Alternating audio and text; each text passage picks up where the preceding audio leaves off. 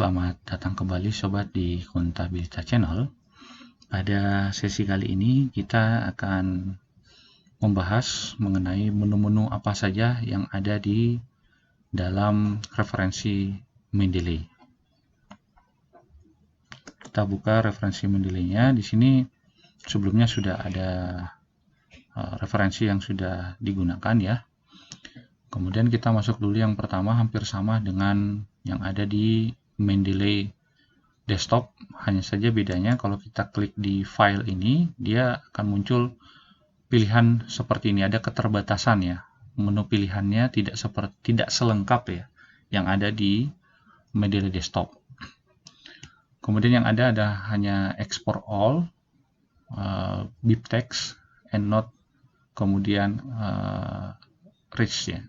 Kemudian untuk dieditnya hanya ada cut, kemudian copy, paste, dan select all. Sedangkan di toolsnya sama saja. Kalau kita sudah install Mendeley web importernya kan sudah, kita tinggal klik aja dan nanti akan diarahkan seperti penginstalan web importer.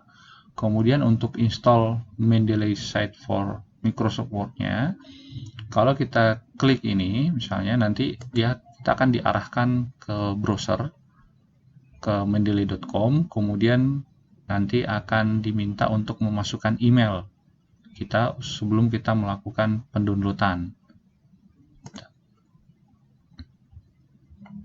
Nah, di sini kalau ingin kita dapatkan ini, misalnya kita klik dapatkan, kita masukkan aja email kita yang ingin kita dapatkan.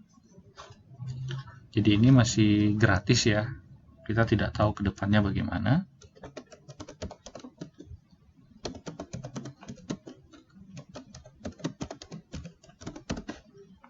Oke, kita pilih masuk. Tapi sepertinya kita harus buat akun dulu ya. Di sini saya tidak memiliki akun untuk masuk ke Microsoft Apps Store-nya. Jadi bagi rekan-rekan yang ingin membuat atau mendownload Mendeley site-nya ini yang untuk plugin ya, Mendeley site-nya, silahkan membuat akun terlebih dahulu. Nah, kayak seperti ini, nanti akan diarahkan ya. Nanti ada petunjuknya, cara kerjanya, dan seterusnya. Sepertinya tidak terlampau sulit ya. Nah, kita kembali ke pembahasan kita yang awal tadi. Nanti kalau sudah masuk di tools, kemudian di sini ada juga pencarian artikel secara online. Nah, ini juga kelebihan daripada Mendeley referensi, bisa cari secara online. Ketika kita klik, nanti akan diarahkan ke Mendeley search-nya atau pencarian.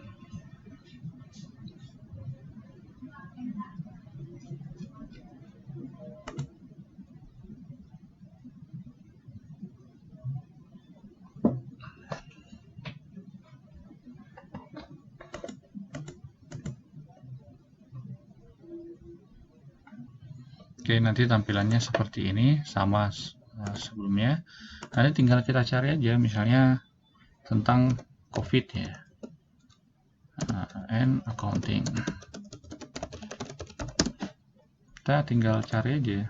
Nah, nanti akan muncul berapa ini. Kemudian tinggal kita pilih aja. Nah, kembali dulu ke pembahasan kita yang tadi di webnya. Kemudian ada pilihan lagi, reset referensi manager. Kita coba reset yang ini ya.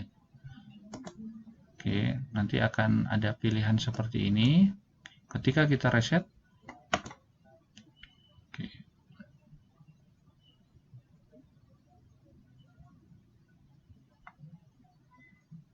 oke, nanti akan dilakukan resetnya ulang ya. Nah, kemudian untuk yang lain-lainnya, misalnya untuk notebook ya, annotation, kemudian info di sini belum ada. Kemudian kalau ingin menambahkan yang baru, tinggal kita klik apakah berasal dari komputer, mengentry secara manual, atau impor dari library. Kemudian kita kalau lihat all, nanti muncul di sini all ya. Kemudian untuk yang barusan di add atau dimasukkan, ada muncul. Barusan yang dibaca juga ini belum ada, belum muncul. Kemudian favoritnya apa, dan seterusnya. Nah ini, kalau sebelumnya kalau kita mau hapus ini ya, nah kita ini mau menghapus. Nah, tinggal ada pilihan, apakah kita mau merestore kembali untuk mengembalikan atau kita delete secara permanen. Kita coba delete aja, ada 28, kemudian ada keterangannya, lalu kita del. Nanti sudah kosong. Kemudian untuk yang lainnya, kalau kita ingin pilih saja semua, nanti kita coba kosongkan aja biar lebih mudah. Oke. Kemudian kita delete ya. Nah, kita delete. Oke, ini sudah hapus ya. Selanjutnya untuk all referensi, jika yang ini kita ingin hapuskan, kita hapus saja, kita centang semuanya.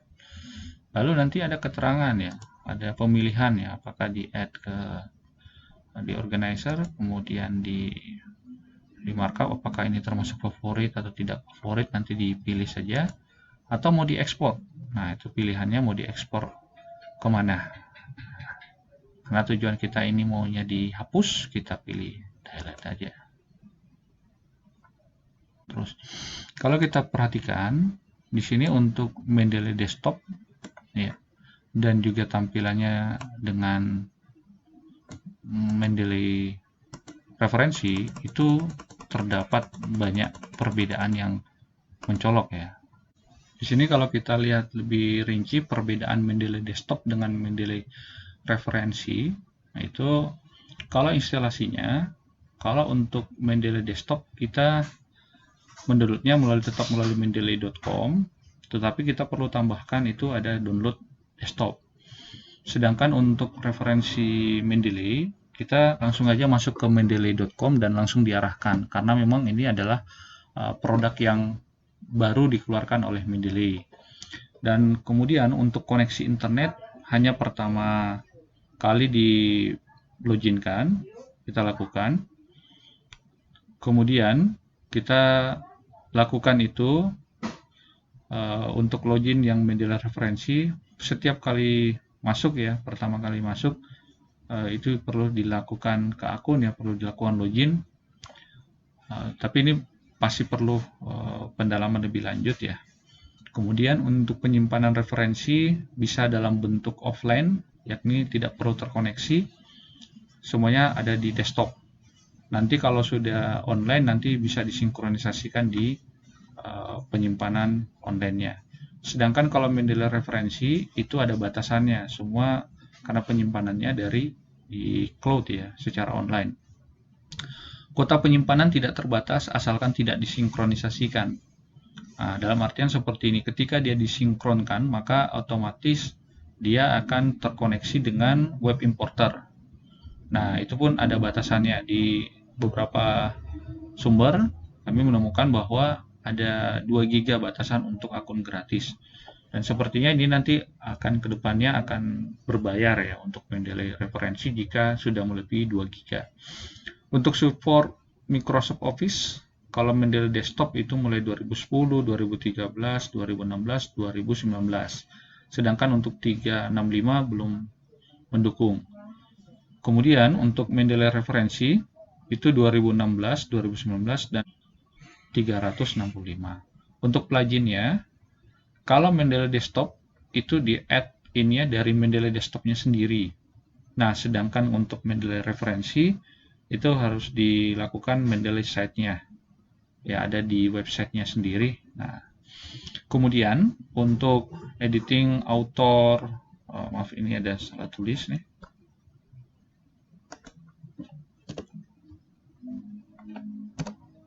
Untuk Mendeley author dan seterusnya, untuk ini desktop sudah tersedia dan Mendeley referensi belum. Nah, seperti itu kira-kira untuk perbedaan daripada Mendeley desktop dan Mendeley referensi. Nah, jadi yang mana mau digunakan, silahkan pilih salah satunya saja. Kira-kira yang mana lebih nyaman digunakan oleh sobat sekalian. Tapi yang jelas, jika menggunakan salah satu dari kedua ini, web importernya tetap harus diaktifkan.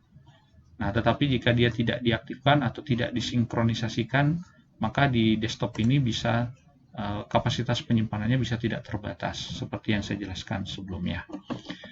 Baik, kira-kira seperti itu pembahasan tentang perbedaan antara Mendeley referensi dengan Mendeley desktopnya.